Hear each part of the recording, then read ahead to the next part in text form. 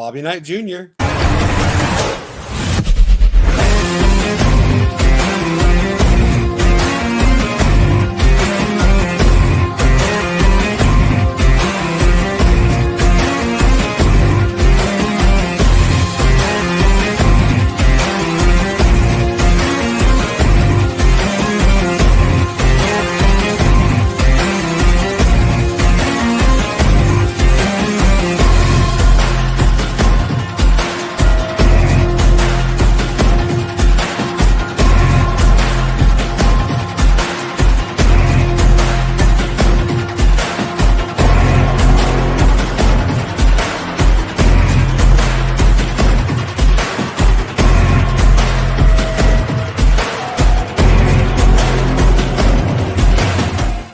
Now listening to the Sportz Nutz.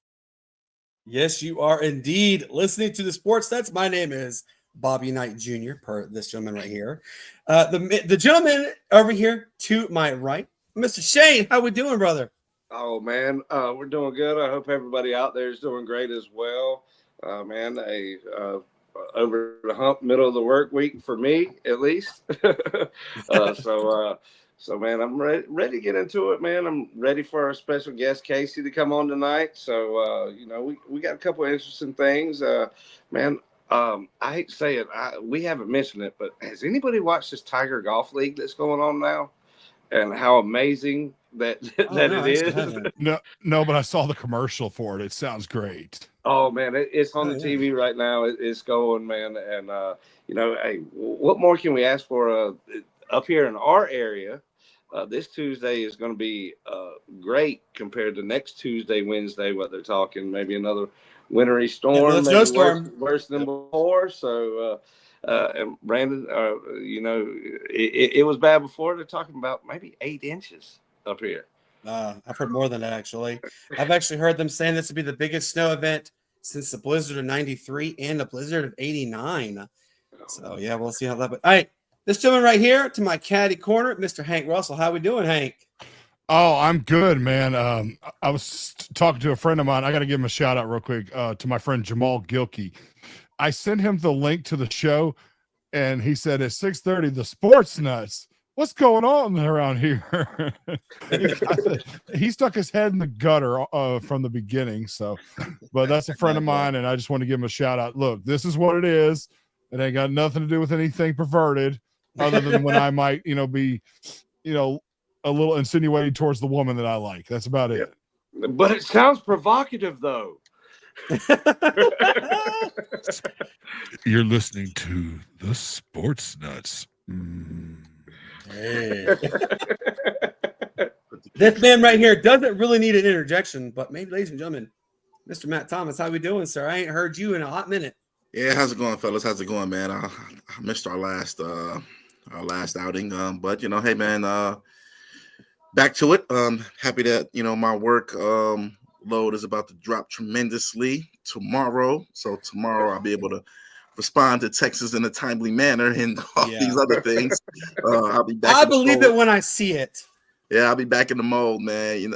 Right now, this is how it usually goes between me and Brandon right now.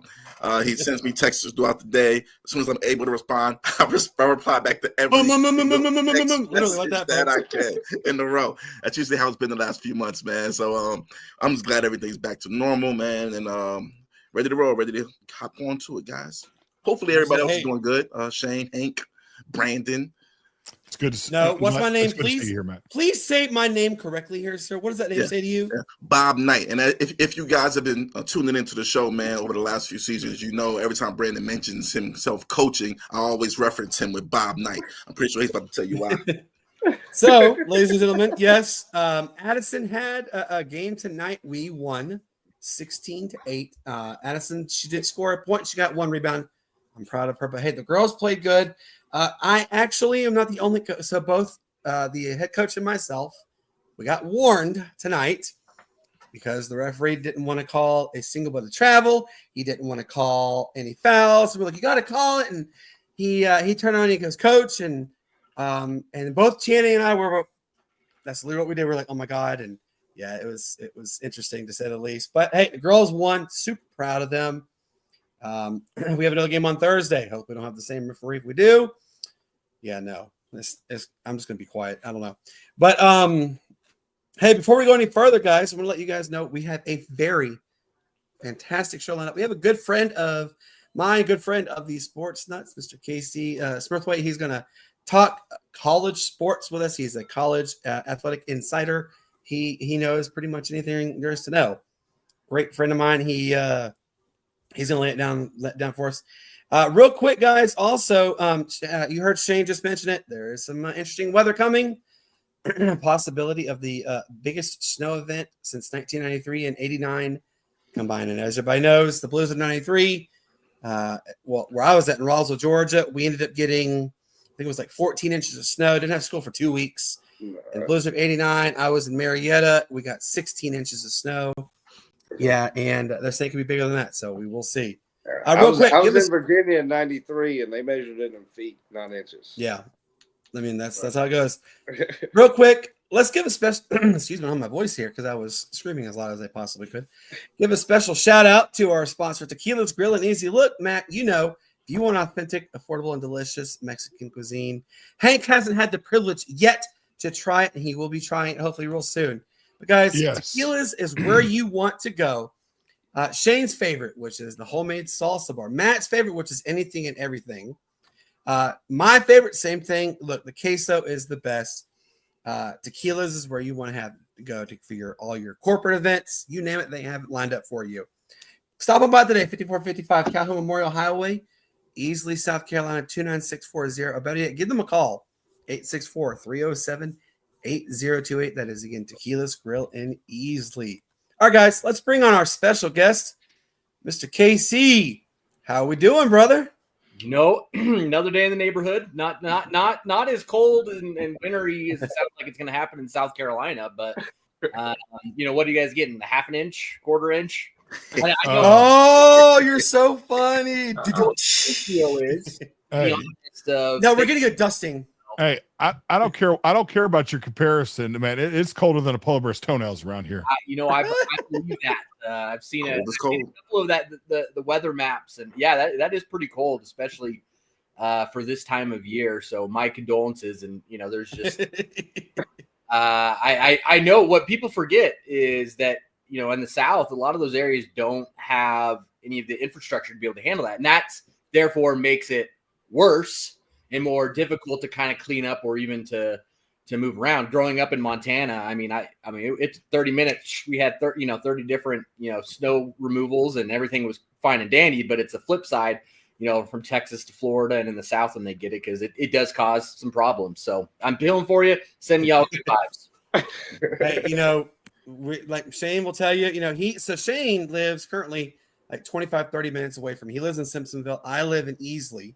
Now, Matt lives towards Beaufort, Georgia. I used to live in Atlanta, so more specifically Duluth. And so Matt knows pretty much where I'm at. Now, Hank, he lives in Memphis, Tennessee, so he gets to see the weather before we do, basically.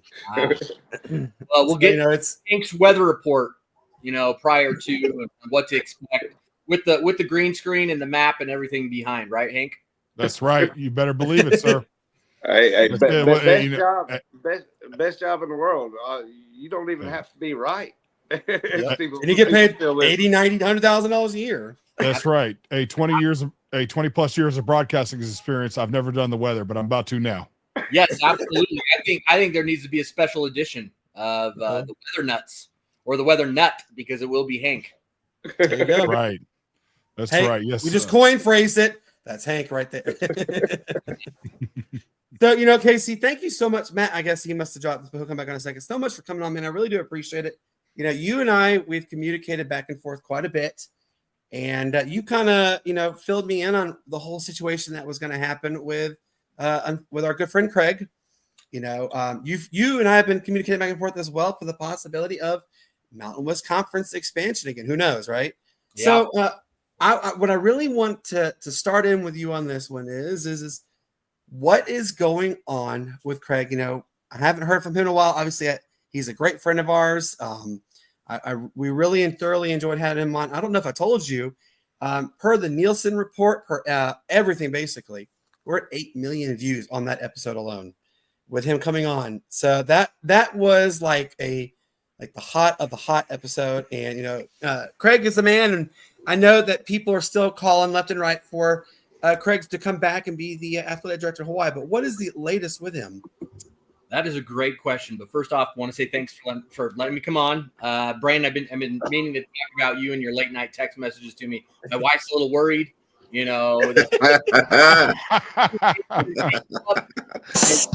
Don't tell our secrets. No, it's all good. Sliding into the DMs at all hours of the night. No, thanks for having me. And as far as Craig, there's so many things that could be said about how things happened, were there wrong turns somewhere? And I think at the end of the day, with Craig there were a lot of cooks in the kitchen.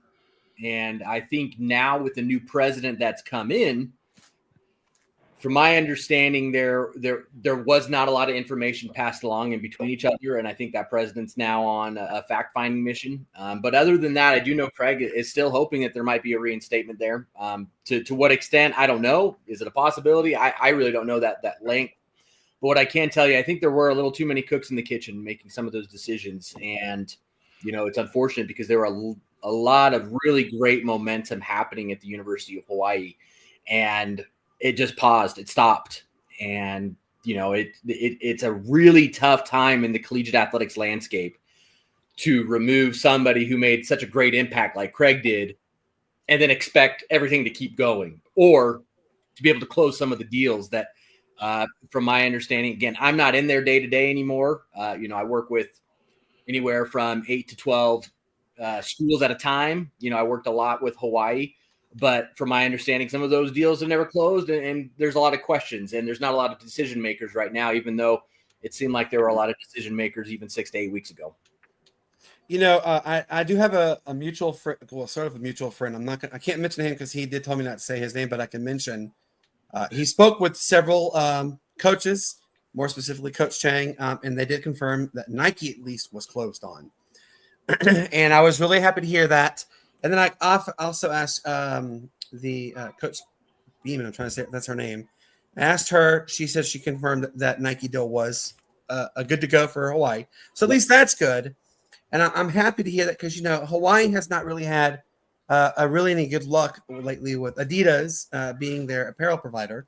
I mean, I have had not seen any gear for sale anywhere. It's with Adidas. I've only seen it with Under Armour and Coliseum, and very rarely the hit and miss of the Nike deal. But it's nice to see that's come back. So Craig, he is such an influential individual. He really embraced the Ohana lifestyle in Hawaii. And he did say he was seen as the haole, which if you don't know what that is, that means you're a white boy in Hawaiian. Okay, he was seen as the haole looking in kind of thing, but he embraced the Hawaiian culture, the Hawaiian people, and he really did do a good deed for the school. But people are often wondering, is he coming back? And the short answer is we don't know yet. So as you just said, but who knows? Maybe this new president, maybe she will make the difference. And she says, you know what, Craig, you were an A+ on top of your game.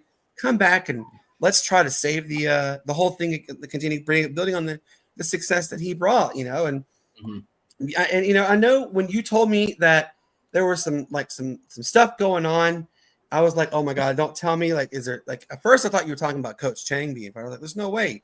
He is he's one of the fan favorite coaches. But then when you had mentioned there were some rumblings going on with the president and Craig, and I'm like, oh great.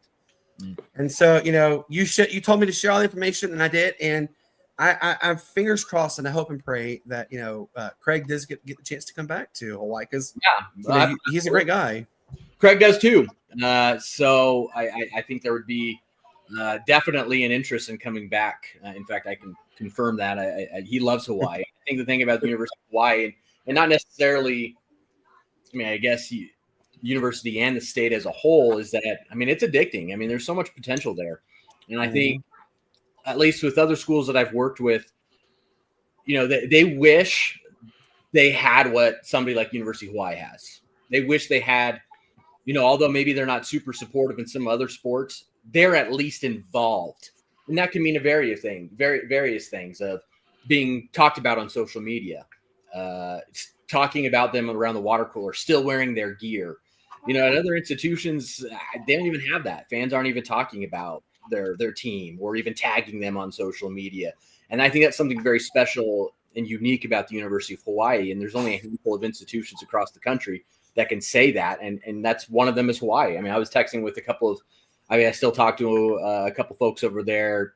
I would even say daily and weekly, depending on who it is. And it is a great place, a ton of opportunities. I feel for Craig, who loved getting into that community and that state. Mm-hmm. And he had his pride. He still wants to find ways to win at it. But and the thing I think speaks volumes is that even though all those things happened, Craig still was the first person to show up to the office and the last person to leave, all the way up. Heck, even the night before, we're talking the night before, and I think it extended past 12:01. He was at that football banquet with Coach Chang, supporting them, and he even went to a couple events after that date had passed to be there in support. So I think that speaks volumes, especially in a very ego-driven world, which is collegiate athletics and professional sports. It breeds egos. And I think Craig still put the student athletes in the green and white above everything else. Going back to that Nike thing, I had emails, I've seen them all, help negotiate that. And then I already had passed it along to the university. It was just more of, this is where it's at. The legal battle takes it out. But they were already ordering stuff through Nike and BSN even before Craig had left. So it was a really bad kept secret, especially when there's a guy walking around in Nike equipment and Nike flyers and handing it to coaches. So unfortunate, great place. I'm still rooting for it. My dog still has his Hawaii bandana that we rock every so often. And I hope for the best for them. And I think all parties get resolved and life is good. Now, I got to quickly before the next topic, I got to say, I like the USC Upstate outfit you have on there, sir. Yeah, Upstate is one of my schools I work with. I love their administration, specifically in athletics. Matt Martin, the athletic director, I actually knew him from a couple of his prior stops. Get to know somebody like Lenny Mathis, who salt of the earth and is investing his time not only into the athletics department, but to the university. A very close-knit family. We've got a fun project coming up here in about 3.5-4 weeks where we're doing an alternate identity for their jerseys. That's going to be really cool for that program. And I think the big thing is for a school like Upstate is there's a lot of changes in the landscape and everybody talks about the Ohio State, Texas, Florida's, USC, Washington's, but they forget about, UT Chattanooga. They forget about USC Upstate. They forget about Utah Tech University, Cal Baptist, University of Idaho, and all that. And I think a lot of the folks that get impacted the most are at that other level. You just hear so much because it draws that attention. That's fine. But I think some of the best athletic administrators are the ones that have been or are at these, I don't want for negative connotation, lower resourced. We can call it what it is. They're lower resourced than others of these schools. So I think they're the best at figuring it out. That's why, at least when I was in athletics, I'd love to hire folks who had been at smaller schools or even JUCOs. I say that they like to speak JUCOnese. They know how to figure it out. Regardless, if there's a rain or there's a pipe has burst, the head coach is going to be wearing really multiple hats because they're also the one in charge of cleaning out the pipe burst. And they also are running the concession stand. But I think it's a great kudos, and I love my folks at USC Upstate. Go Spartans. So my wife actually played softball her entire life. Mm-hmm. And one of the schools she looked at was USC Upstate. And she ended up choosing Spartanburg Methodist College, SMC, up here in Spartanburg. And then after she graduated there, she went to Reinhardt College back then. Now it's called Reinhardt University. Yeah. And she did really good with the program. And I think she still actually has some friends who played at USC Upstate. So it's nice to be able to associate you with another mid-major, a small major school kind of thing. And, USC is so like the Upstate of South Carolina is a beautiful place. Love it. We moved up here in 19 because my father-in-law's health was ailing. We wanted our girls to be around him as much as possible. He unfortunately passed away in February of 2022 after a battle with multiple myeloma, blood cancer. But it's a really beautiful place. It's really coming. I met some great people. I've gotten to be around some really great people. I completely, when you say it's a great area, it really is. So I want to ask you this because the Mountain West Conference, they've grown again. First, it was UC Davis, which from what you had said is you believe UC Davis is going to go full member in 29, correct? I think even before 29. And I think I shared that with you even weeks before it became official that there was going to be a non-football member only. But it's only a matter of time. I mean, you even saw that in this last round of, I think a reporter got the contract for the MOU that it said they have the first right of refusal. More of a gentleman's agreement. There are some loopholes around it if needs be, but it's basically going to be UC Davis's call or not to be able to be a full member of the Mountain West. I think when you look at even a lot of fans, they look at athletic budgets, but fans also forget that athletic departments are operated underneath the umbrella of a university system. And underneath the university system is a state system. And a lot of those decisions are also driven through the campus umbrella by a president, by a provost, or whoever, oversees athletics. And then even beyond that, Board of Regents, Board of Trustees.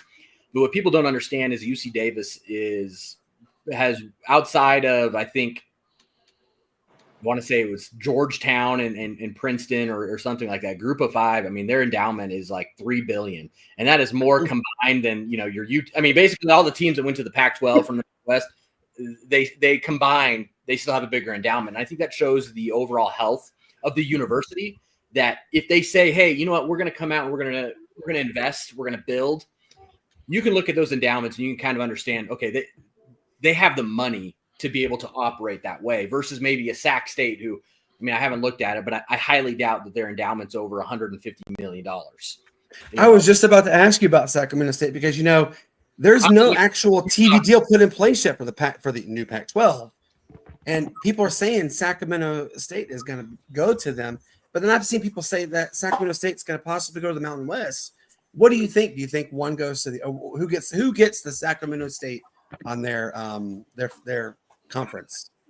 So I'll say Sac State's endowment is about $93 million. So definitely small. I'm going to say this, and maybe I'll eat crow. I don't think anything happens with Sac State unless you see a major domino fall elsewhere. I think it's nice to see all those numbers of pledges and potential commitments. I think it's great that Dr. Wood is a very innovative president who is out there, who's talking about athletics. You don't get that very often. But I think Sac State fans are going to be kind of sad. I hope I'm wrong because I've been to Sac State's campus. I've had friends who've worked there. I've heard great things. But that money that has been supposedly committed doesn't even really get them to where they need to be, maybe at the minimum. But we're talking 10, 15, 20 years. Is that sustainable for an institution like Sac State? I don't think it is. I don't think anything's going to happen within the Mountain West. Definitely not the Pac-12. I would put a lot of money on that if I was a betting man. The Sac-12, awesome PR narrative. It could, you shoot for the stars, you land on the moon. It could land them into a Mountain West down the road. It could land them into a Conference USA, but I don't think Conference USA is going to be doing a much expansion. And if they do, they're going to start in their own backyard and their own geographic footprint. I like what you say on that too. I mentioned this to you because I heard rumblings. Obviously, it's just, you said it could be just talks, right? With both Montana and Montana State, they were having conversations with the possibility of joining the Mountain West. Do you think now that the Mountain West has added Northern Illinois as a football only, do you think they're done? Or do you think there could be additional growth in the Mountain West Conference? I think externally you talk about, you look at everybody. Everybody say, oh, they've had conversations with them. I'll say this. I know commissioners that they're always staying in contact with people. Conversations happen all day, every day. All of us are having a conversation. And about Sac State, this potentially could turn into a Twitter rumor. Well, KC Smurthwaite and Brandon, Matty D, and Shane and Hank, they all said that you're all going to be lumped in with me. But that's a conversation. From an external standpoint, looking internal, Big Sky Conference is one of the most consistent brands and consistent conferences from FCS to FBS for years. Now, do I think that they might have had conversations? Absolutely. I don't think it's very likely anything happens. I think also there are other institutions that make more sense. When we go back talking about money, is that endowments are massive, and some endowments are not so massive, even athletic budgets. To get Montana State, and South Dakota State, all those schools, I'm not naming North Dakota State here because they're at a little bit higher of an athletic budget, but I think they could come in right away and kind of meet some of those standards, is that you're talking $10, $12 million annually. That's a commitment. And with all that landscape changing in collegiate athletics right now, I just don't see that happening. And I think if they go, they're all going to go together. And I don't think there's room for, an additions of 3 to 5 different schools of that nature. And there's other people on the pecking order that are already, I'll cut you off. Sorry. That are already, FBS. They're already FBS.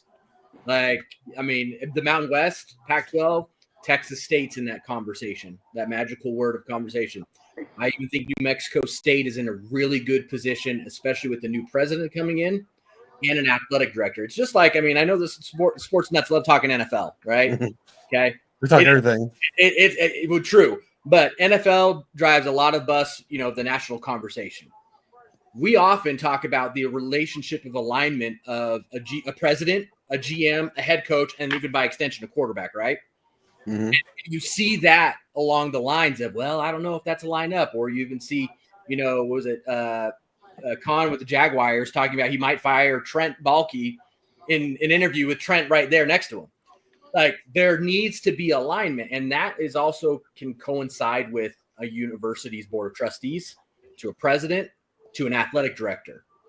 And I don't think there's a lot of alignment at some of these schools. Now, there are that have great, but New Mexico State's in a really unique position with the new president that's come in, a new AD coming in, that is already FBS, that's already in the geographic footprint, that's already played in that game. They've played in bowl games. They played and made NCAA tournaments. You know what you're getting there versus bringing on an FCS program that needs to make an $8 to $12 million investment annually. You got to have that alignment in the right path, right way, shape, or form. Hank, you have a question. Go ahead. Tell me more about. I had my notes here. Tell me more about Tarleton State right now. What's the state of it right now? The Texans. I'm going back to when I was talking about Sac State and the geographic footprint, where I think Conference USA looks first. It's going to be in their own geographic footprint. That's exactly the school I was thinking of, Tarleton State. I've actually been to a couple of their games. Great student section. I think they're called like the Plowboys. Like it goes back historic names. I mean, they're rabid. They're part of the Texas A&M system. And if we know anything about the Texas A&M system, they love athletics and they're willing to support athletics. And the Plowboys and the Texans, they are a really strong candidate to make that move for various reasons. Tarleton State has a very aggressive president, again, going back to alignment, that has been talking about it for years publicly. They're not happy with just being FCS. They want to be FBS. And if you have a president that says that, and you have a budget and donors that are, again, very similar to Sac State, they're just not very public about it, about how much money they're willing to commit. Everything's bigger in Texas, and I think Tarleton State is a prime candidate to slide back into Conference USA. Quite frankly, I'm a little surprised that with UTEP leaving, that there wasn't even some Tarleton State movement, just as a backfill for some of these leagues. But those are my thoughts on Tarleton State. Shane, you have a question that you really are wanting to ask him. Go ahead. Oh, yeah. Well, do you kind of see this, the move from like the Big Sky specifically, what we're talking about? You kind of see it as kind of a reflection from what Idaho and the Vandals went through whenever they went up, and now they're back down again. For strong reasons. Athletically they were bumped up, but them coming back down. We've heard the rumors of North Dakota State possibly jumping into that FBS conversation for years now. But do you think that the reason why you don't see these kind of teams like Montana State, Montana, North Dakota State, South Dakota State, all kind of gravitating towards the Mountain West is because of what happened with Valpo in the past? I think that's a great question, Shane. I think folks have looked at it from more of that winning to all of a sudden you're going to be competing with programs. We're not just talking football. Your men's and women's basketball programs are, millions of dollars behind in the sports. So I think it's a little bit more of that fear of the unknown. You've already set that standard of winning championships across multiple stages. And with University of Idaho, for years, they were the big brother to Boise State. That was the go-to. It was, you're Vandal. Yeah, the Vandals are going to take care of business with Broncos. And then over time, as we go back to that magical word of alignment, Bob Custra and Gene Blameyer at the time at Boise State invested in athletics. And Custra was there for a long time. I think there is fear that what happens if you go up and you're not successful, specifically if you're a football-only institution. Your fans are going to be unhappy. It's going to be the director's head. It's going to be the president's head. So I think if there's a chance to win and win consistently, you don't really want to mess with that as much, because if that's the case, you're going to University of Idaho that kind of got left behind in that first round of realignment. They had to look internally and say, who do we want to be? Where do we want to go? They made academics a little bit more of a priority. They didn't really want to go the independence route like New Mexico State did, which I think independence right now, if you're not a name brand like Notre Dame, it's not sustainable. Yeah, you said about that because Massachusetts, they tried it, they failed at it. They are going to the MAC, so it's a possibility. Hank, you have a question? Go ahead. Yeah, I was just wondering, what do you think of the NIL, and what are ways you think you could fix it up? Well, Hank, we got a couple more hours on the Sportz Nutz. I will say that's the NIL, which often gets lumped in with the revenue share program, which in reality it's separate. It's a different avenue for sports to be, student athletes to get money. Right. But to fix it, first and foremost, the NCAA need to have some power, legislative power. Like, here's the thing.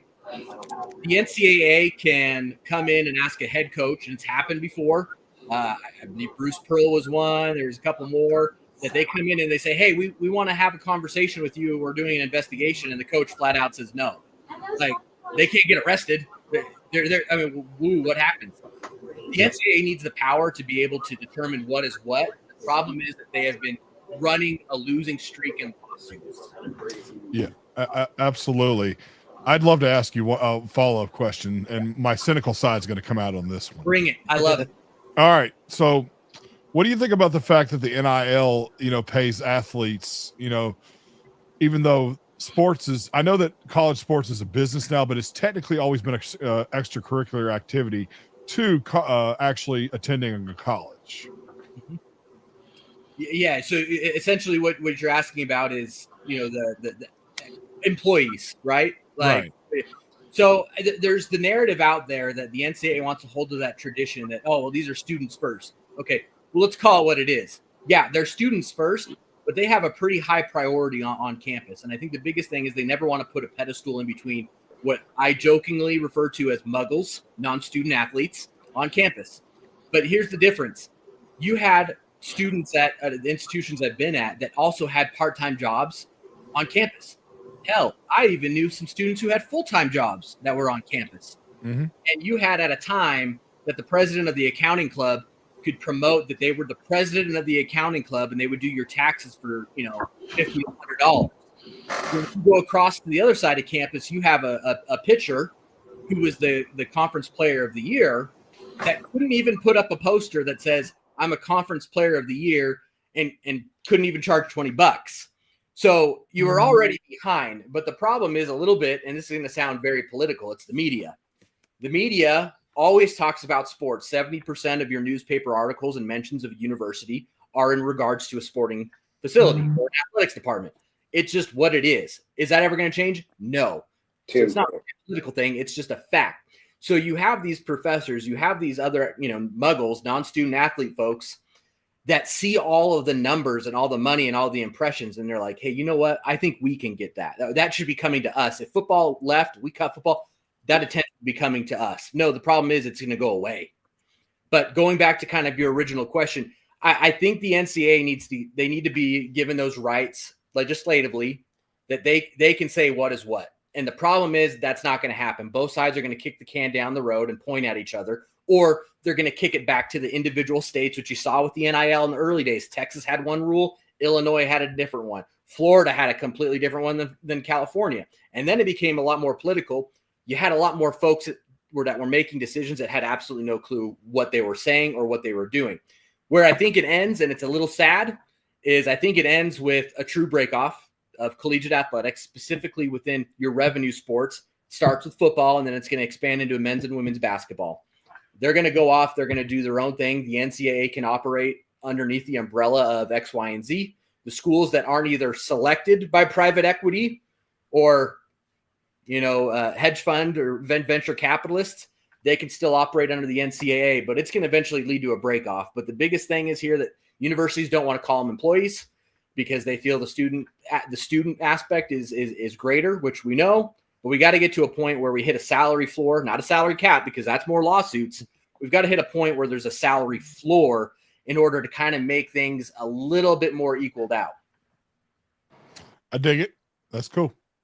Wait, let private equity come in. That's the point. I mean, I hate to admit it, but I think until somebody gives powers to the NCAA that says what is what and everybody can get on board, it's not going to happen. It's still a new concept. I'm not necessarily, it's not going to be smooth the first time around. I mean, every time they invent a new phone, the first batch is not going to be the best one. You have, things got to break, things got to be tested out, and hopefully that they improve it more. Correct. Absolutely, Hank. And I think it's going to take time, just as you said. I mean, even when you have those new phones that come out, there's updates and there's going to be new rules that come in. We have to find a way to get everybody at least on the same page. And right now the NCAA can't do that. And the government's kicked it back to the NCAA, and then the NCAA kicks it down to the states, and then they point fingers back and forth. Right. You even talking about unionizing or creating basically a players association. Right. First step there is you've got to even allow that, because we can't even allow that, and you've seen it started to work its way through the courts. And now the change of political power, they've already backed out off of that. Yeah. So at some point, somebody's got to have the juice to be able to bring it and say, this is the way it is, and we're going to work with it. So then we can have those updates and deal with it. That way. Yeah. And I admire the college football fans this season. Usually I have a very low opinion of college football fans when it comes to being impatient. They have a very impatient way of looking at things. And, I think that they have been very patient with this, at least from what I've seen. I don't see a whole lot of outbursts or, some mass social media about one particular thing and stuff like that.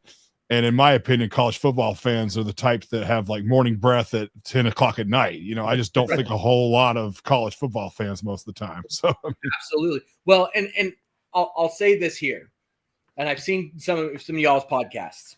We're talking about it, right? All of us, we're talking sports. We're talking about the college football playoff. And in a way, that's part of the process.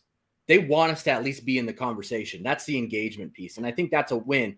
It's when major things happen and fans leave in droves and don't even want to talk about it. And that's the great aspect of the college football playoff. As hypothetical SECs there are, Kirk Herbstreits, Paul Feinbaum, Lane Kiffins of the world, fans are tuning in. And I know the numbers were different, but I think that's a New Year's Day thing. But they're going to tweak it. They're going to look at it. They've already stated and recognized that. And I think that's the nimbleness of collegiate athletics, is that it's already been through historically the last 30 years, so much transition that the kind of the upheaval and the change is the only thing that's constant. So fans are used to it, but we're still here. We're still talking. And at the end of the day, all of us are going to be supporting our school. We're going to be wearing our colors with pride. Some of us have multiple schools. That's fine. But we're there talking about it. And I think that's the biggest win of everything. Matt, you have a question. Go right ahead. I do. KC, we're going to stick to the college football mantra here. the college football playoff. Tell me, do you think that they've hit the nail right on the head with it, or do you think there could be any improvements to it? And if there can be any improvements, what would you do to get to those improvements? Yeah, well, another great question, Matt. And I think that's the best question for what does the ESPN, Fox Sports of the world want? Let's think about this. I had an old athletic director say this in front of a meeting. He'd just say, "Hey, how many of us know who runs college athletics?" And everybody kind of looks around at the NCAA, and he goes, "No. TV drives the bus. TV tells us who to play, where to play, and when to play." And it's true. We revolve our time slots for football game days, even, that 10, 13-day window, whatever it is, it revolves around that. Did they hit the head? Absolutely not. But to the earlier question, I think it's a step in the right direction. It's the step that we all needed. Is it gonna end at 12? No, it's gonna expand. I think it's gonna expand to 16. And I think even then it might even expand a little bit more, but I think 16 is kind of that sweet spot number where I think everybody's getting enough of the pie, but they need a little bit more interest from the TV side, because if right now they expand automatically overnight, they're probably not going to get as much of a revenue without negotiating a new deal. You're just going to get smaller shares. And, going to kind of tie back into Conference USA, what people don't understand here is that in their TV deal, when they add members, they're not adding in new money, especially Conference USA. There's no kicker or clause there. They're just going to take a less of a share. So I think the motivation there is going to be, let's get to the point where it's good at 12, and then let's get to 16. And when you go from 12 to 16, I think it's going to get to that point where we have the money that comes in. I'm a big fan of games on campus. I think that should be a major part of it, especially in the first and second rounds. Then you can bring in the traditional bowl games. I think you move the season up. You already have week 0 games. Fans love it. I even think you move it up a little bit more, still call it week 0. But then you have everything ending right around that New Year's Day, first week of January, which also allows a little bit cleaner of a break for the transfer portal window. So I think those would be kind of the quick hits, quick changes on campus, expand if there's more money involved, and be able to adjust some of those season schedules. I like that you say that way too. It's better. It's a better perspective. You're right. What's the number one thing that drives everything? It's who has the bigger Benjamin. Benjamin drives everything, and money talks. It really does. You're talking about the possibility of like expansion, that kind of stuff, with the CFP. I know that there was talks that it's like in 2 years or something like that, it's going to go to 14. Here, I had a suggestion, and tell me what you think about it. Why don't we just go the way the FCS did and put everybody in it? And your whole season, you start out at 136 seeds, and you work your way down. What do you think about that? So to kind of go off of that, you need the NCAA to sign off on it, because right now the NCAA doesn't run the college football playoff. They have nothing to do with it. It is the college football playoff and the college football playoff committee. There is no payout from the NCAA. It's coming from TV money to the college football playoff to the NCAA. So it's more of, can the NCAA take on 100 billion, 200 billions of new equity and new money to be able to create something of their own? The NCAA owns March Madness. They run that bracket. You don't see NCAA anything on the college football playoffs. It's all operated through the CFP. So to get to that point, you would need to have it probably revert back to the NCAA ownership and underneath the NCAA umbrella.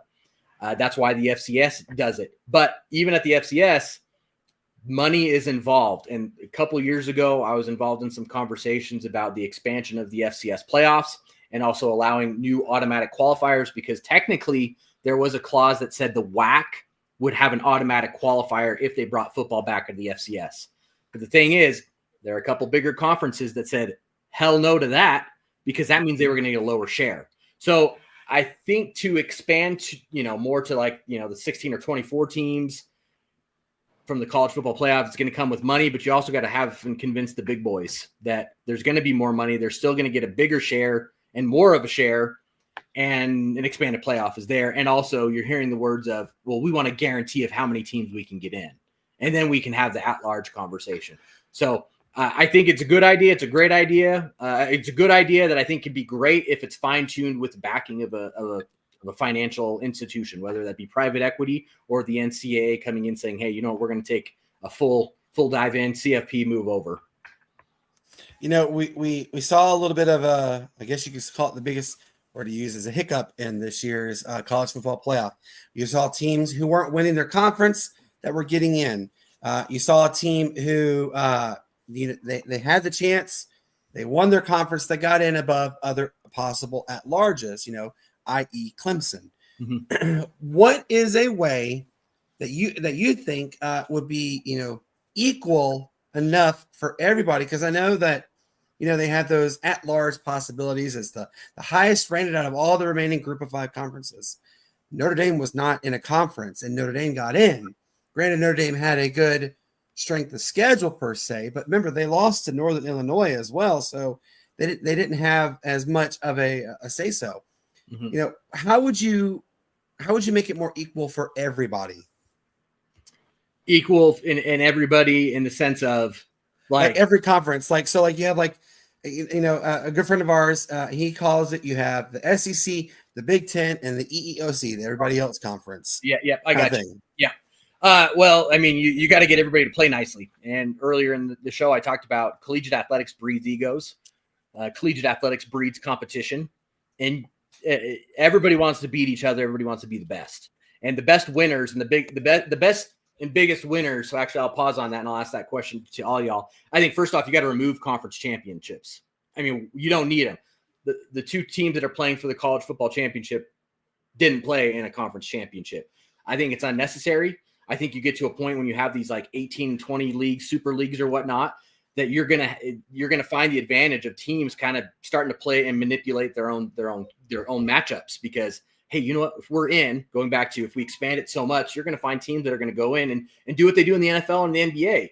They don't want to play in the play-in matchup, or they don't want to play Golden State, so they're going to throw the last 2 games. They're going to throw the middle game so they don't get into the conference championship game. So then all of a sudden they have a 2.5 week bye versus a 1 week bye going into the college football playoff. I think when you enlarge or add more rules, it gives more creativity to work in between the lines. And I don't know if they're going to be fair, but they're not going to be equal. And I think that's the ultimate goal there is, can we get to fair, knowing that fair is not equal? And I like that you say fair is and equals true. And here's what I had proposed. Every conference champion deserves a chance to play. Mm-hmm. Who cares if you have big boy Alabama having to go against little boy Tulane, in the AAC. Tulane has shown they can hang with big guys. They beat USC in a New Year's Six. They came so close again. And they little schools have to have have the opportunities to better themselves, to make more money, not only for the institution but for their conference. If you look at it realistically, the only team that had a chance for one of the smallest conferences, which is the MAC, was Northern Illinois. And then Northern Illinois, they fell off the rocker and barely got through the season. I think it should be like the SEC, ACC, Big Ten champion, Big 12 champion, the AAC, MAC. I know I'm missing others. Mountain West, in Conference USA, Sunbelt, like all those. And then you have like 4 at-large bids. What do you think about that? Well, if you think about that, then you also probably wouldn't include Notre Dame or even be in the conversation of kicking Ohio State out, and they're playing for both of them are playing for the national championship. I think Notre Dame should be in a conference, honestly. I know that they don't want to share that NBC revenue. I know that 100%, but they here, and this is what's so weird. They play in an all ACC conference for everything else but football. I like the thought. And instead of March Madness, we'll call it Decisive December. I mean, what do you think about that, KC? I mean, I like the Decisive December, but then if we're going with that mantra, look at the NFL. I mean, why did we have the Vikings in there? Because it's the Vikings, statistically speaking. If we're talking about a playoff committee and the blowouts, there are a couple NFL teams that had the easiest schedules. They wouldn't be in. Yes. But you're expanding the pie, and then you are the whole thing is to try to build towards something. And if you devalue those out of conference or September and October games, then again, you are manipulating the schedule. and saying it doesn't matter. You just have to play and win your conference. But then if we go off to that manner, Brandon, from what you were talking about earlier, then you're not having Ohio State or Notre Dame in the college football playoff. You're right on that one. Shane, what do you think about the JUCO issue? Tell me the JUCO talk. Go ahead. I was just saying, those folks played a meaningful game outside of the playoffs in December. And it's so far out in advance when you're scheduling out of conference games. I mean, you even look at, I want to say it was maybe it was even Notre Dame. Notre Dame's schedule had some pretty good name brand schools, but they all were kind of duds. And this is no disrespect to Notre Dame, but you look at it on average over a 5-year average, that probably would have been one of the toughest schedules in the country. They also were able to rest players towards the end of the year. Yeah. What do you think about the JUCO thing, Shane? Oh yeah, well, not only the JUCO thing, but you see it in the FBS and the SCS schools now with the transfer portal. Not so much in the FCS, but because they're obviously working up towards that goal. But the American Football Coaches Association met just right up the road in Charlotte today, and said that they voted that hey, we want to see this playoff format and everything succeed, but are looking into different options that they have, and shoot, we just started talking about it. My mind went blank. I had something completely prepared for it. Oh, good. We're still. But it kind of blew me away with and I had so many other thoughts about what you were saying and stuff. No, so, you're good. And if it comes back, bring it up. But one thing I'll kick all to you to go back to that college football playoff without giving an explanation. Without an explanation, give me how many teams you think should be in the college football playoff. And I'll start with you, Brandon. We'll go Brandon, Matt, Shane, and then Hank. This is an exercise. It might blow up in my face. We'll see. I think it should be 16. Okay, 16. Boom. Have a chance. Give an explanation. Matt? I'll say 20. Wait, time out. Hold on. Brandon, you were just saying that you thought everybody should be able, and then you went down to just 10. But I said 10. I named 10 conferences. And then I said 4 at-large, but I could be okay with 6 at-large bids. Okay, so 16, 20, Shane? I'm an advocate of changing the structure all in general. Make 4 conferences, make 3 tiers, and have the availability of tier 2 teams to move up to tier 1, tier 3 teams to move up, and then tier 1s to go down. So where that would be good, I would say, would be between a 16 and a 24 kind of route. If you're talking 24, then you're talking about certain conferences, because there's still money involved. So there's still going to be major conferences in these tier 1s and kind of things. So you start early December, maybe take the conference finals in tier 1, tier 2 down to a couple games, and then go into your bowl games with all the money as semifinals and finals in the conference, and then select your best 16 schools out of that. Okay, perfect. Side note to that, bowl games are fake money. Throw that out. They are all fake money. Most schools lose everything. But anyways, 16, 20, and then you ended with 24. The way you were describing it was that it would be bigger because you're having a decisive December. 16, 20, 24. Hank? 16. 16. Okay. I honestly, if we're for the sake of this, I probably would have said let's keep it at 12, and then unless we can go up to 32, we'll go there. So we have 5 of us. Oh, go ahead, Hank. No, I was just going to say 12, but 12 would kind of give it a little bit of a catty corner type playoff circumstance, in my opinion. See, 6. I'm probably one of the few people that are still comfortable with the 8. Okay, I'm probably still one of the few that is still comfortable with the 8. But 16 makes a little bit more sense because if you have it last any longer, then the interest kind of goes down a little bit in the early parts. Yep. When you have 8, it's almost like you're going for the kill already. Yep, absolutely. It makes more meaningful games and out of conference games in September versus a 3 or 4 loss team that's competing for an at-large spot for the 18th. Yes. And plus, you don't want to take away the allure of it, especially so close to the Super Bowl and the pro football season. Yes, absolutely. So it's really interesting that we had basically 4 or 5 different answers.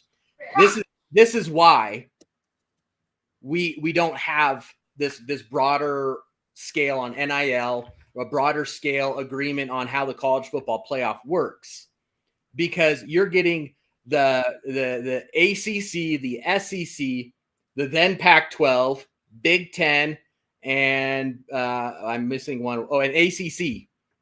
All 5 of us represent a conference.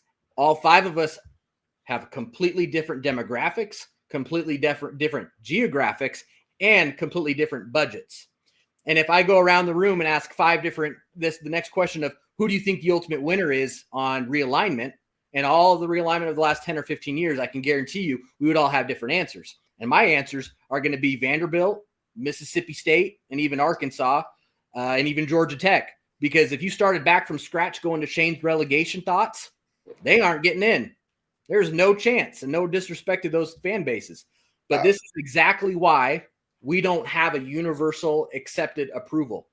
Now let's add in 5 different presidents that we all report to as athletic directors in the SEC, or presidents of the SEC commissioners, that have to get on the same page as us. And then you're adding in so many layers to what appears to be a simple decision that it's not going to be resolved unless somebody is given the power that says, this is the way it is. This is where we're going to go. This is all not unionized, but unified. And this is how we're going to move forward, and we'll make updates as we go. So in this exact exercise, we just proved why it doesn't work. Oh yeah, well, and one of the things that I was saying was, like, the tier 2 teams, they have a chance. You know, the top of the tier 2 goes up to tier 1 the next year. Mm-hmm. So you know, I understand what you're saying, but like the Vandy point, like Vandy's on the uprise. Like, they're not a bottom feeder in the SEC. Like you see Mississippi State has gone to now. But, you know, and one thing I actually finally gathered my thoughts and remembered exactly what I was going to talk about. But the Coaches Association, they voted basically to bring this to the NCAA, to where the transfer portal window.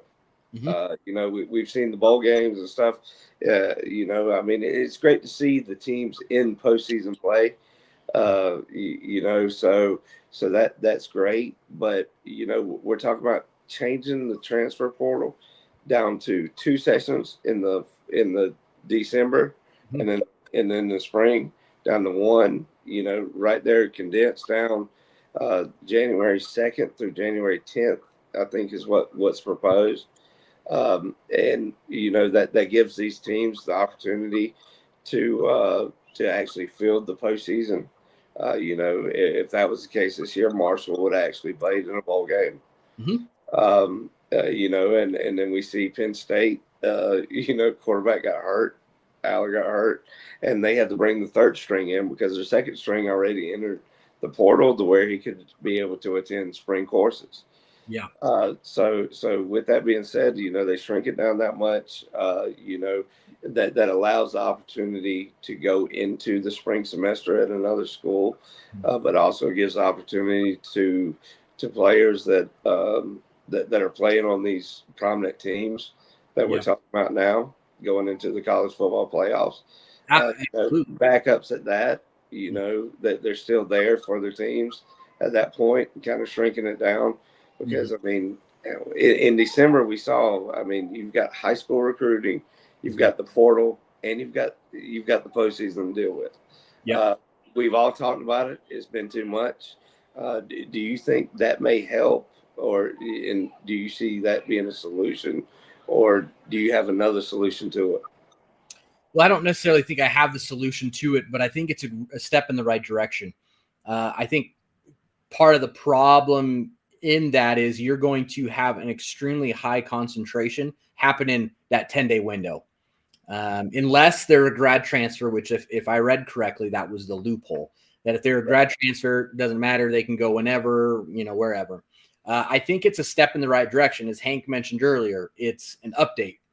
It gives a high concentration in that window to a lot of people and a lot of work. And I think there's going to be a lot of offers thrown out that might not be there because you have basically that 10-day window of people can enter in, and then that recruiting process, and then classes start, less than a week later. So there's pros and cons to it. I also teach, in sport management at a couple institutions. I know that this isn't just an athletic thing. It's an academic thing. There are also institutions that will not take on athletic transfers if they're only going to have 1 year or less of eligibility. You also ask academic advisors, both in athletics and on campus, to verify and do the audits of credits back and forth.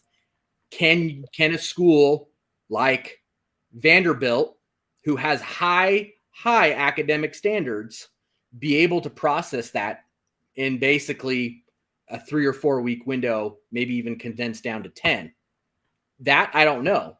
And that's why that's what they're voting to recommend to the NCAA. Still needs to be vetted out by the presidents, who are usually more academic minded. And it also has to be vetted out by the athletic directors before the NCAA votes and constitutes.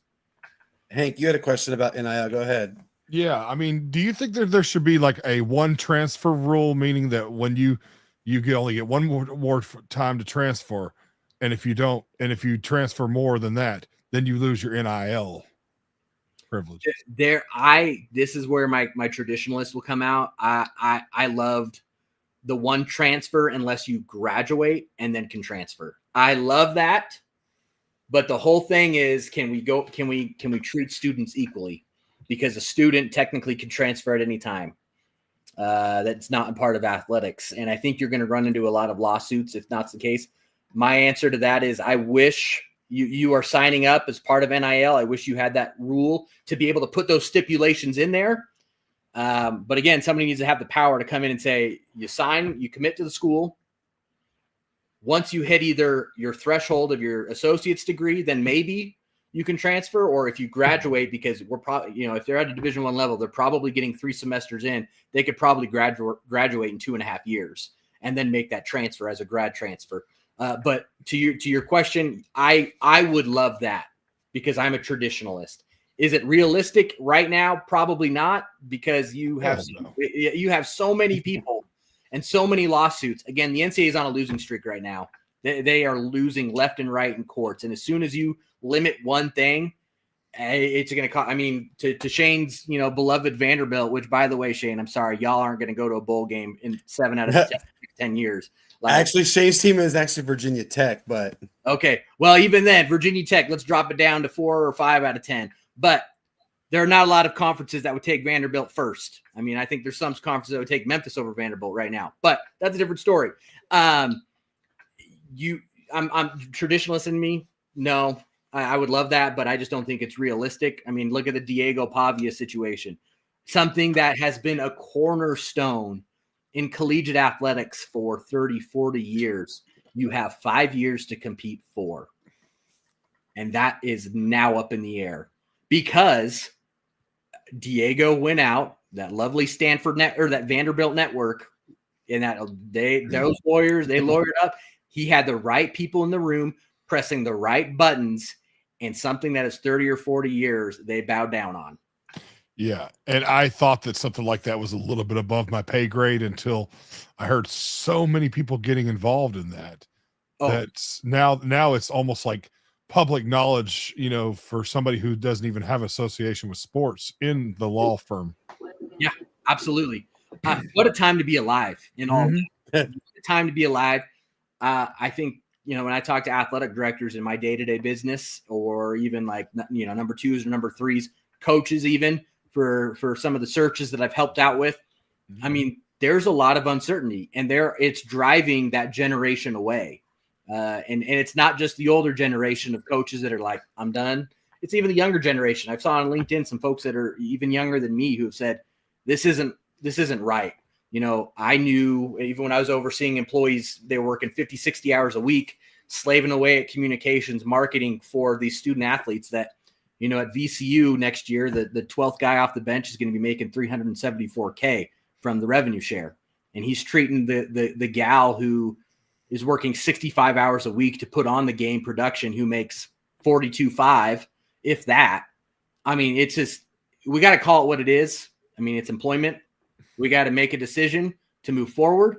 But right now we're operating in such a big, wide range, a world of gray, that we can't really take that next step. You know, and I like how we're going to this.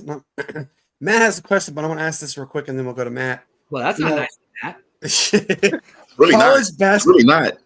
You know? You know, Brandon, I'm the educator. Bob Knight. You go ahead. Bob Knight. Bob Knight. But see, all right. So if you don't see my name really on there, it's Bob Knight Jr. All right. Now, okay, a Bob Knight Jr. It would probably be Bob Knight the third, because there is a Bobby Knight Jr. So. There is. Oh. There is. What? Oh.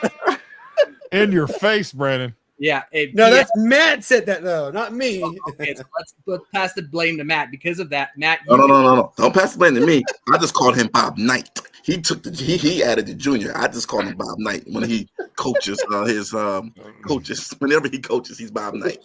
That's what I said. All right, AKA Bobby Knight. I'm actually going to let Matt ask the question because he's asked politely and waited. But no, my question is kind of, I won't say it's a loaded question, but it's really subjective to you. What schools, I mean, are there any schools that you see that are going to, you know, pretty much like surprise us? You know, just from your perspective, are there any schools that you know, kind of have a more deeper, you know, a more in-depth look in than we do, of course, but do you see any schools out there that are going to kind of surprise everybody and kind of give the big dogs like the Alabamas or you know just the big Ohio States? You see any schools that are going to come and give them a run for their money, kind of like how Boise State did this year? Like they just kind of pop up and put their name right into the thick of things.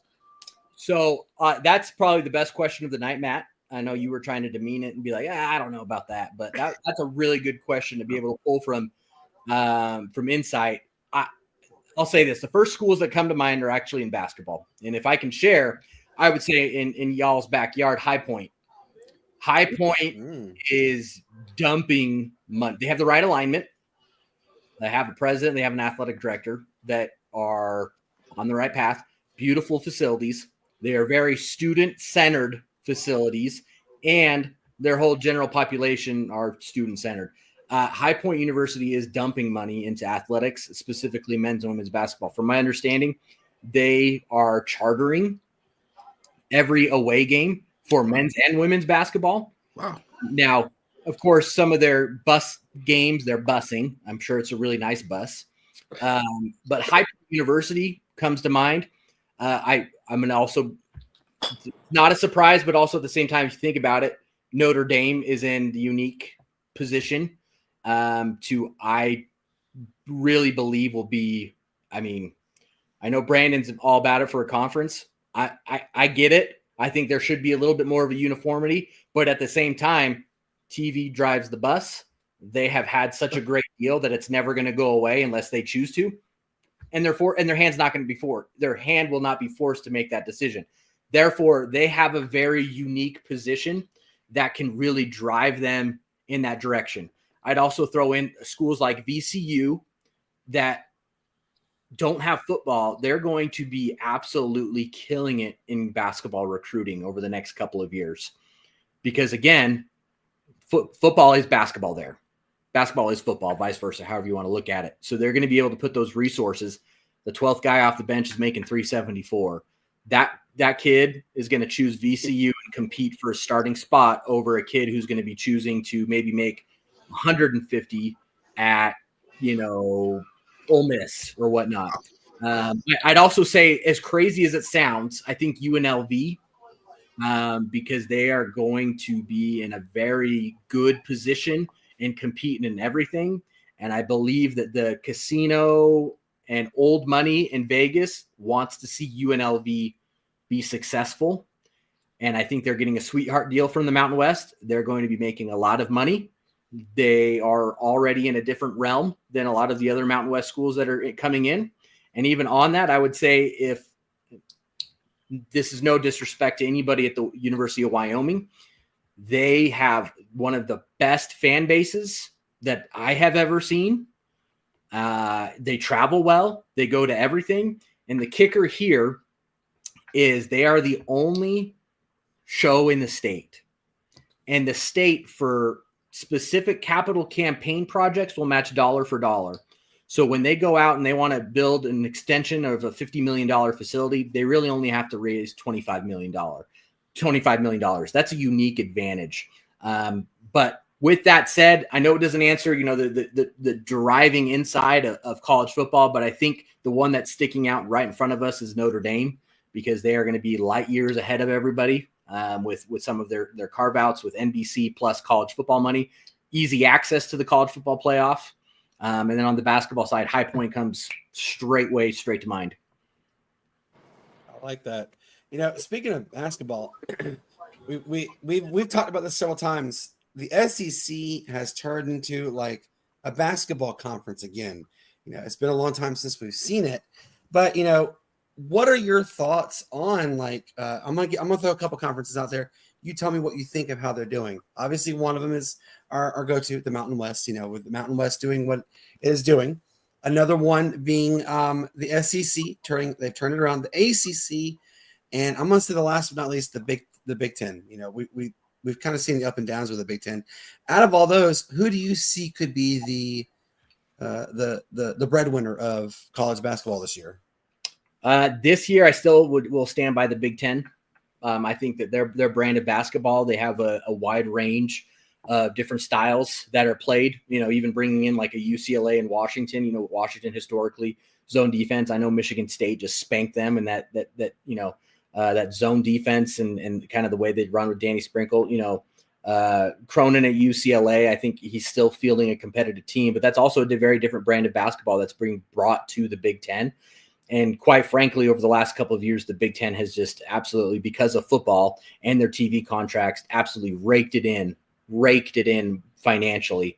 And I think that some of these teams are going to be well positioned to be able to make a run in the NCAA tournament. I still will stand by the Big Ten on this one. I'm not saying that anybody's overrated or underrated like the SEC or ACC, but I think there's something to be said that as some of these programs are growing and they're adding new layers to basketball and different styles, I think it actually prepares them very well when they face a team that, maybe runs a different style of basketball. You're basically seeing a little bit of everything in the Pac-12 or Big Ten basketball. I like that direction you're going. So look, obviously it's, we could talk this for hours on hours, but we're coming to the end of our run. But I really wanted to quickly chime in on this too. I'm excited for the direction that everything is going with, obviously with Hawaii, with the Mountain West Conference, with even the Big 12. I want to get your thoughts. Do you? And I asked this to a friend of mine, Ku'ele Agbanyani. She is with the Hawaii Sports Radio Network. Love Ku. What do you think? And she actually said that she thinks it's a good move. But what do you think about for Hawaii as far as with basketball for men's and women's? Do you think this move going to the Mountain West will be a good push for them, or do you think it could backfire?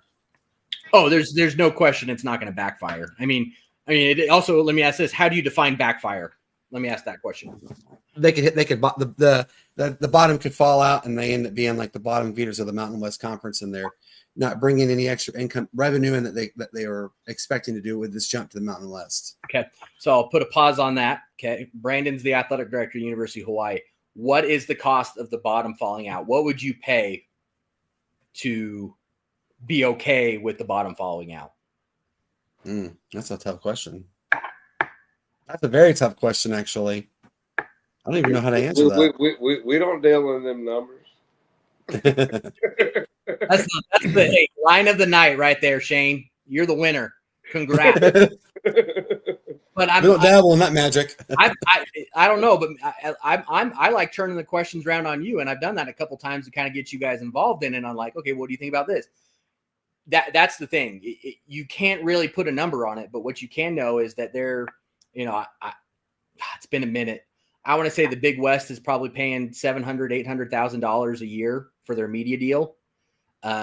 Plus maybe about, I think it was like 1.25, 1.15 for subsidies for the Big West schools to come travel to Hawaii, which is still a shorter drive or flight than LA to College Park, Maryland. So subsidies should have been gone a long time ago because it doesn't even matter geographically anymore.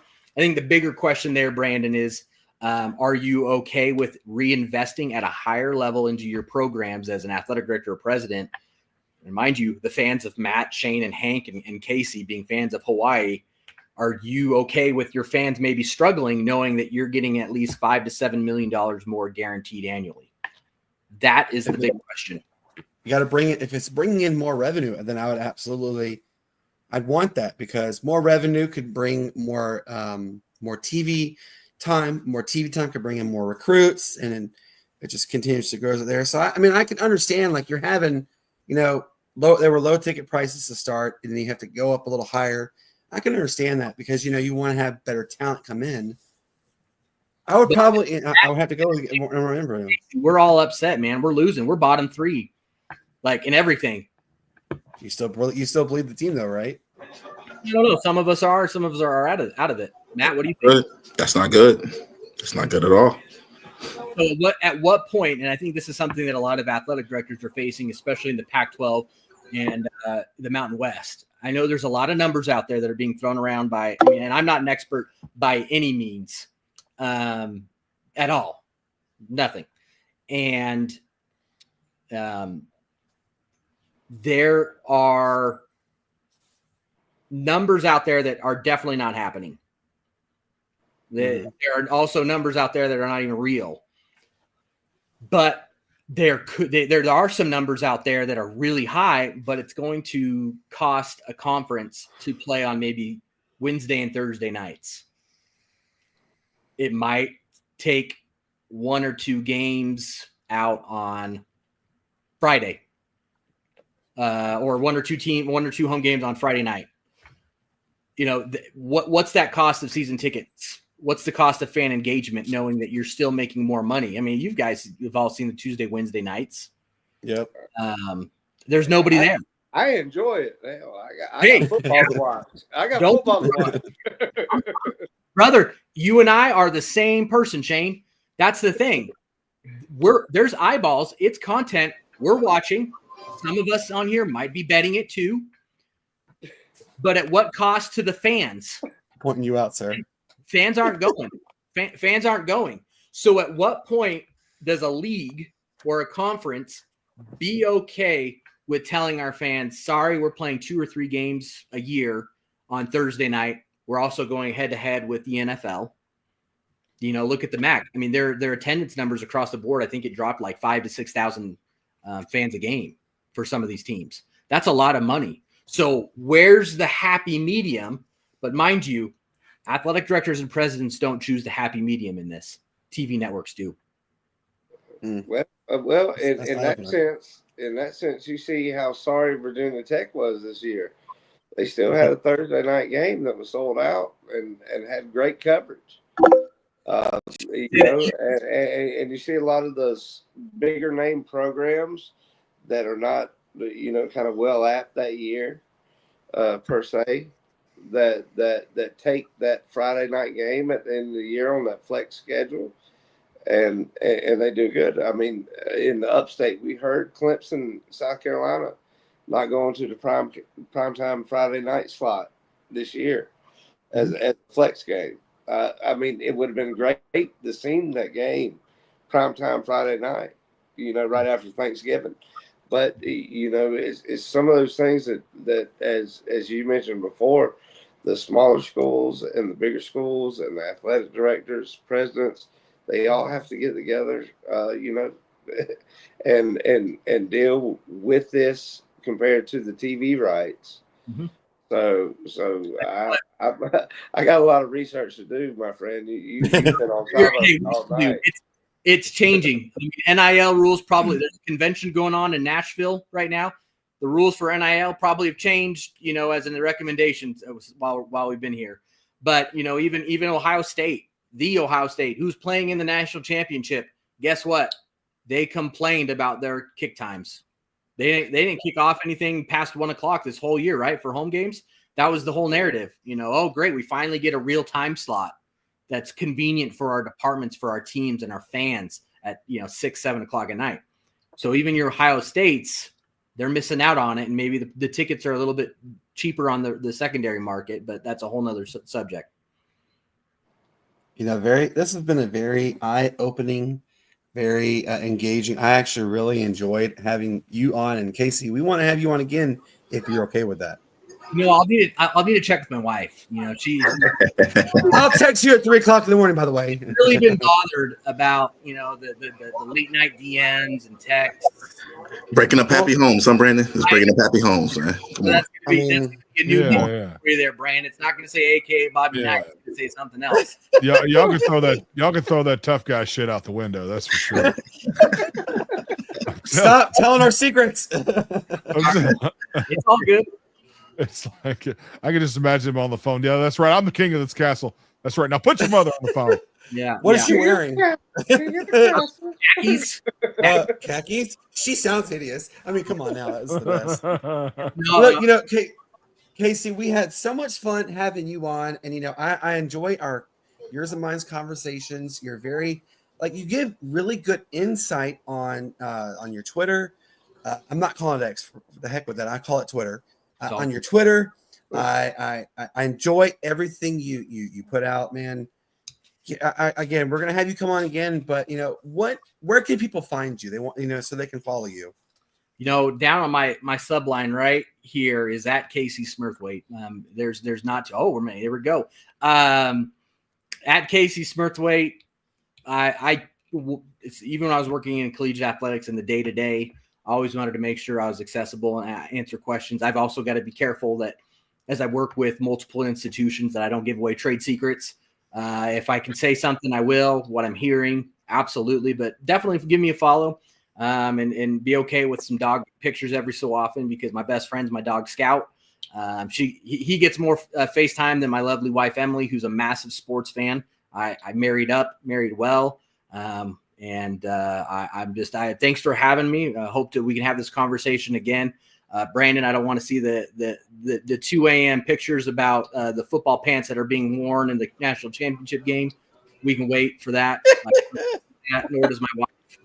Really, Brandon? Really? No. Really? Oh, that's right. It was also the socks. It was a sock question. I don't know.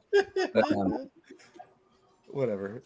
well, I can tell you, I got one right behind me over here. If you hadn't seen her coming in and out of the screen, it's his dog Lily.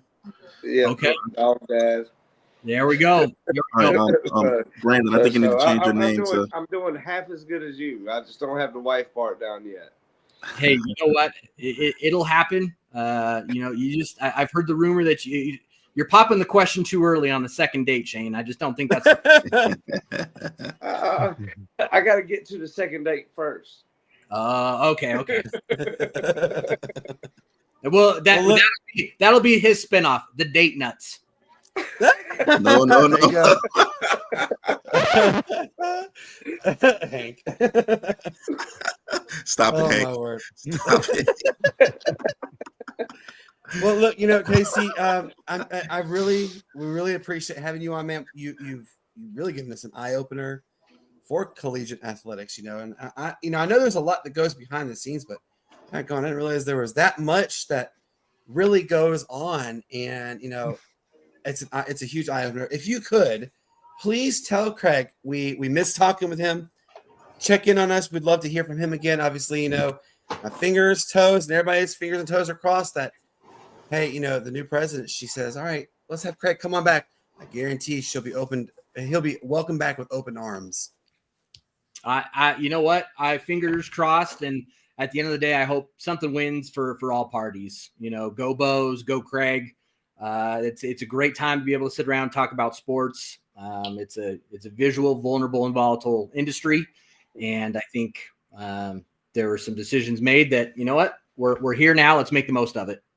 That's right. Amen to that one. Well, Casey, you take care of yourself, man. We will talk to you again soon, and go Bows, right? Go Bows. Thank you. All right, Casey. Absolutely. Yeah, man. Good to meet you. Hey, good episode with him, guys. I really enjoyed it. But, he did make some valid points. Like, you really have to kind of take into consideration, like, mixing between, like, fan wants, school needs, revenue, and what else. I mean, it's a whole juggling act. I watch too many different sports to indulge in all that. Yeah. No, and it just goes to show you that's what he does. He is a brain. I mean, he's the analytic nerd. I mean, I'm not saying he's a nerd, but I'm just saying that's what they do. He gets paid. I don't know how much, but we don't get paid to do that. I do it as a hobby. He gets paid to do this. Yeah. I mean, if you play fantasy football, you are an analytical nerd. Yes. I mean, that's yeah. the basic sense of it. That you go off of what production could outcome the game, and you draft based on that. You create your team. I mean, yes, we're all doing it fantasy, but people do that in real life, and he's got to tap in. I mean, well said, Shane. I mean, he's right. I mean, you're right. I mean, it's just, and Matt's question to me was the best question of the night. I mean, I agree with him. He knows what he's talking about. Matt, your question was definitely excellent. I mean, was that orchestrated by you, Brandon? No, that was all Matt. Okay, because Matt, believe it or not, Matt does have good brains on this stuff. No, it's well, with the exception of two of my. With the exception of two, all my questions were orchestrated by Brandon. So, you want to know why on the Hank? What's that? Because the reason why I do that is so Shane had the privilege of becoming the viral point. I said, before we came on, I said, you're going to ask about Hawaii and the Nike deal. I promise you, it's going to take off because no one else is reporting it. We are going to be the first to do it, and it's going to take off. And sure enough, it took off because he asked that question. And see, you've been in this media as long as me, right? We're a long time, over 20 years. We know ways to get like viral moments. And so I want everybody, this is not called the Brandon Keeler show or the Matt Thomas or anybody else show. This is called the Sportz Nutz. I want everybody to have the opportunity to get that good response, that good content, and it happens. Matt has had really good content with several episodes as well. I mean, heck, his most memorable one is where he tried to compare Bronny James to Eric Bledsoe type player. That took off. Player. I watched the whole G League game. I didn't even see him. You didn't see the game? You didn't see the game he scored 30? You didn't see the game he dropped 30? If it wasn't for the fact that Sacramento, or the lesser known Sacramento team, I don't know. Maybe his defense. I'm like, come on. I don't know. I mean, no, I don't know. No. The Bronny James. I don't know. I mark my words. In 4 years, when we come back to this, he's going to be a starting point guard in the NBA in 4 years. I'm telling you guys. He's going to be how about this, Matt? You say that. How about this? In 4 years, I'm going to come back and tell you guys, I am related to Michael Jordan, and I won the multi-trillion-dollar lottery 3 times in a row. Right? Oh, not billion, trillion, folks. Yeah. Bronny James. All right. Here's the best thing I can tell you about Bronny James is what?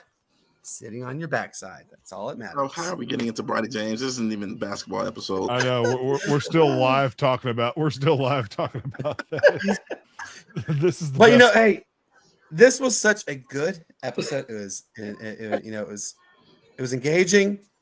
I hope you guys that are watching. There's still 32 people watching. I hope you guys really enjoyed having KC on. This just goes to show we really are striving to have even bigger guests. Look, there's one guest that everybody should know that Hank, myself, and Matt are really working at getting.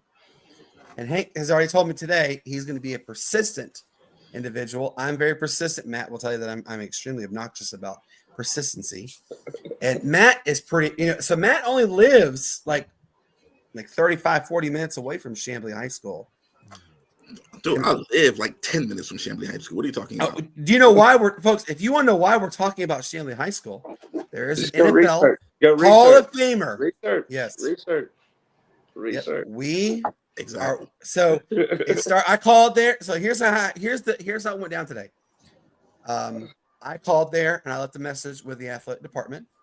This gentleman right here called, and I guess you talked to the principal's office. I don't know. But I got the contact information from him. Hank to put get that a hold deep of. voice on. Hank put that deep voice on with the same. You know?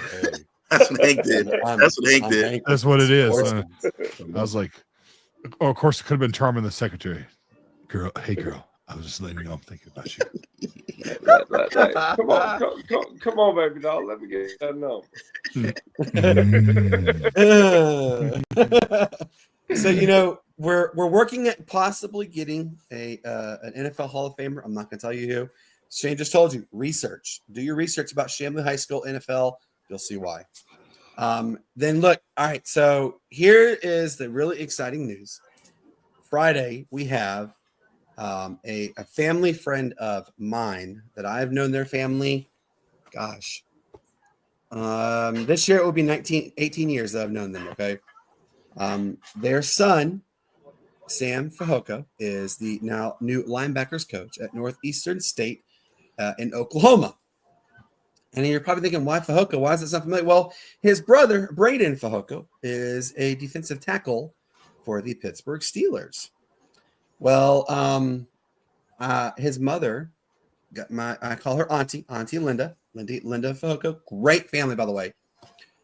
She said, hey, would you be willing to have my son come on your show? And I'm like, you best believe we're going to offer it. So I talked with Sam. Sam committed to agree.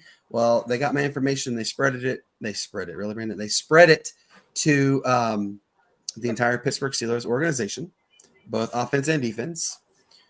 Same thing with the LA Chargers, and had a defensive player, a very well-known defensive player, text message me.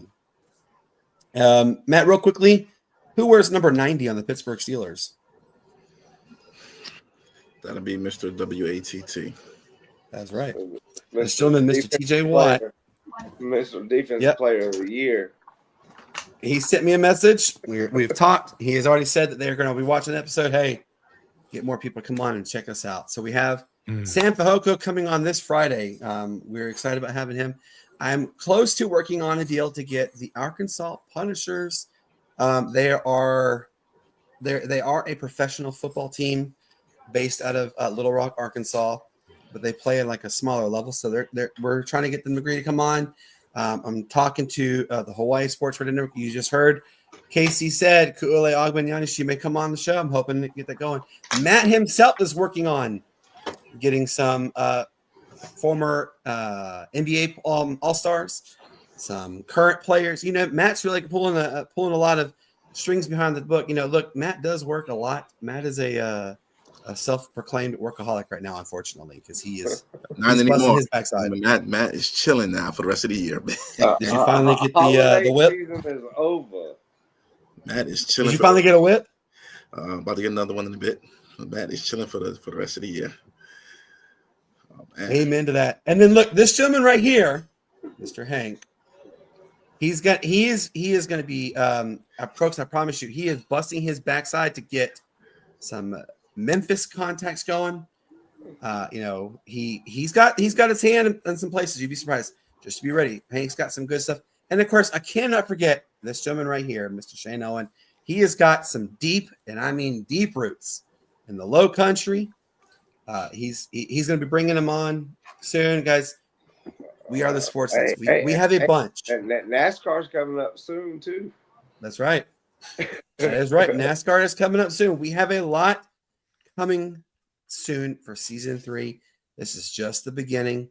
Look, guys, we're about to have some new merchandise drop. Matt, can you provide any updates about the Sportz Nutz ball caps, perhaps?